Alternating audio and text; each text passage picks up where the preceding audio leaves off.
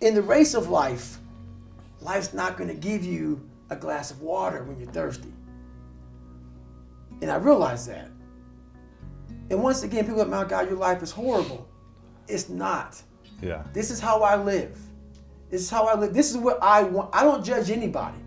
This is how I live.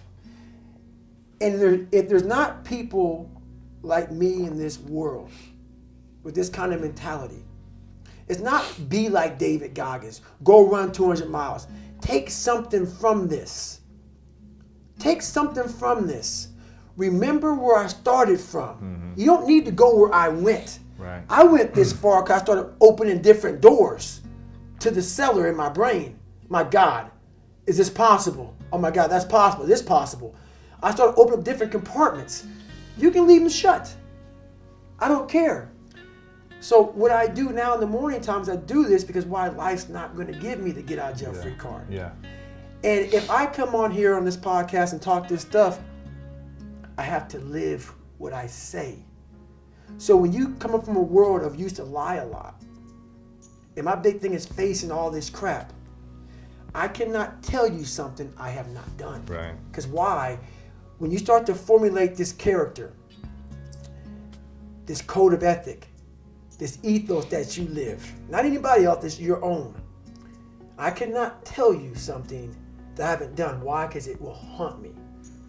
You are now drinking the Kool-Aid. A lot of people write books on self-help, mental toughness, all this crap. Half of them are living up to that standard. Mm-hmm. Half of them are living up to that standard. You have to be able to practice what you preach. It has to be what you are. That's why when people say, my God, when you speak on stuff, it's so passionate. Because you're making me relive my life. Right. Yeah. It's not a comfortable life. Yeah. This life was made. This life was earned. Yeah. And if people like it, great. If not, so be it. At nighttime, I think about nothing. When you're stretching or when you're... And when I'm stretching. Yeah. That's my time. That's my time. To sit back and recharge for tomorrow. Because why? This is not... Mental toughness is not a class. We have this class that they designed. Eat an elephant one bite at a time. Self-talk. Visualization. Arousal control. It's all great. It's all great. It has to be a lifestyle. Yeah. You work on mental callousing on a daily basis because even though your brain, your mind, like your brain isn't a muscle so much, you will lose it. You will lose the ability to suffer in the worst of times if you come out of it for too long. If you can lift 315 pounds and you stop going to the gym for a month, I guarantee you won't be able to pick the same weight up again. Mm-hmm. All the stories I talked about today, all the things in that book, if I went and said, I'm good, I gained all this knowledge. If I stop today, the knowledge is gone. Yeah.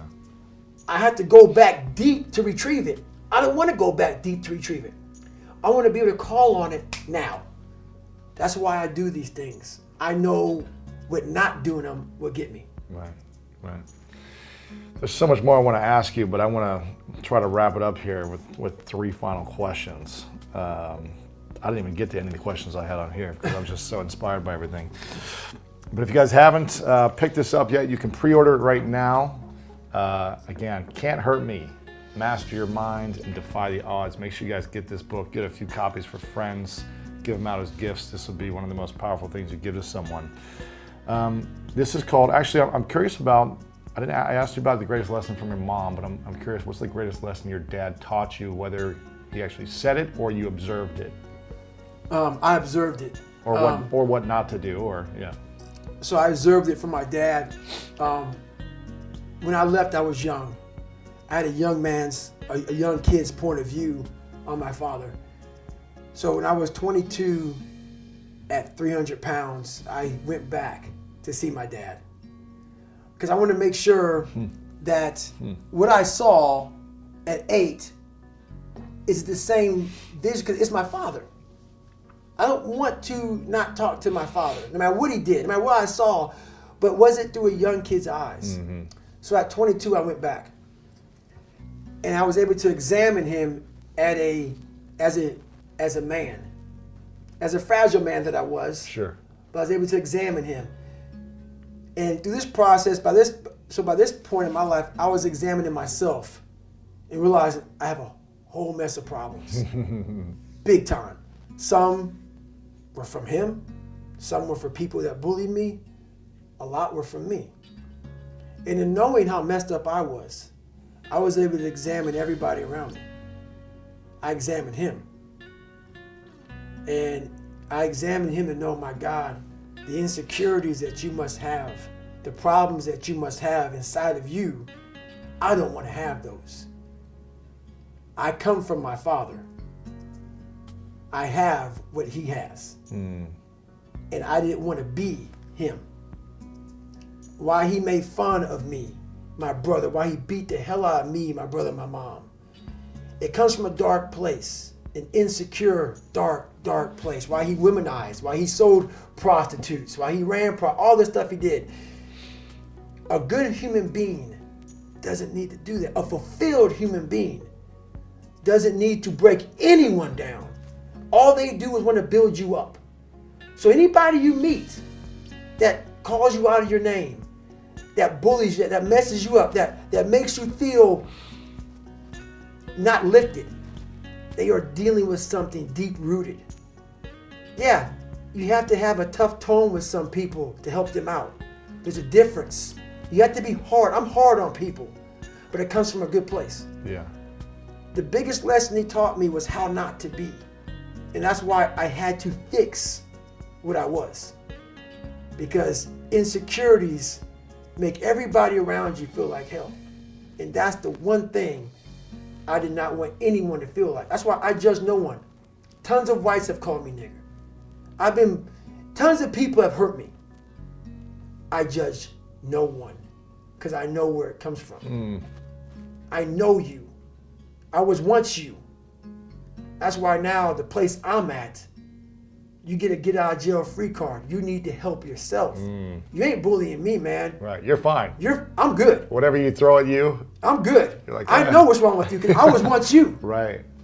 So I started to examine people, examine myself, examine my darkness, realizing how I cannot be, but I got it from examining him. Saying I cannot be that. That's a powerful lesson. So it's a good lesson that he taught you. Yes. Through that observance. How do you react or respond when someone says something to you negative or cuts you off in a car or just something happens in life every day that could potentially upset you? Do you react? Do you respond? Do you do nothing? Do you give them a hug? I mean, what is the process for you now? The process used to be angry David Goggins. Scream at them, swear at them, yeah. Yes. Pick a fight. That was the old me. Yeah. The old me was pick a fight, go do whatever. Through this process of my life, when you get to this point I'm at, and I still be in the car and I'll talk to my fiance, this jackass, whatever, whatever. I now know that I can escalate a problem. That's not really a problem. I have a throttle, and that's through self-examination. Yeah. Is this a big deal? Is this something I need to approach with a level 3 engagement of like, we're going at it? Right. Or is this a level 2 engagement? So now you have to be mature enough, and I'm really big on maturity because I was never mature for so many years. With age and knowledge, you have to bring in maturity. Age doesn't mean you're mature. It's going back in and saying, okay, man, look, I'm at a point in my life, what is smart? If I do this, I can see the future. I can see that if I do this, this is going to happen. I'm going to escalate this problem. Is this warranted? There are some things that warrant me to escalate a problem. Yeah. And that's what I do now.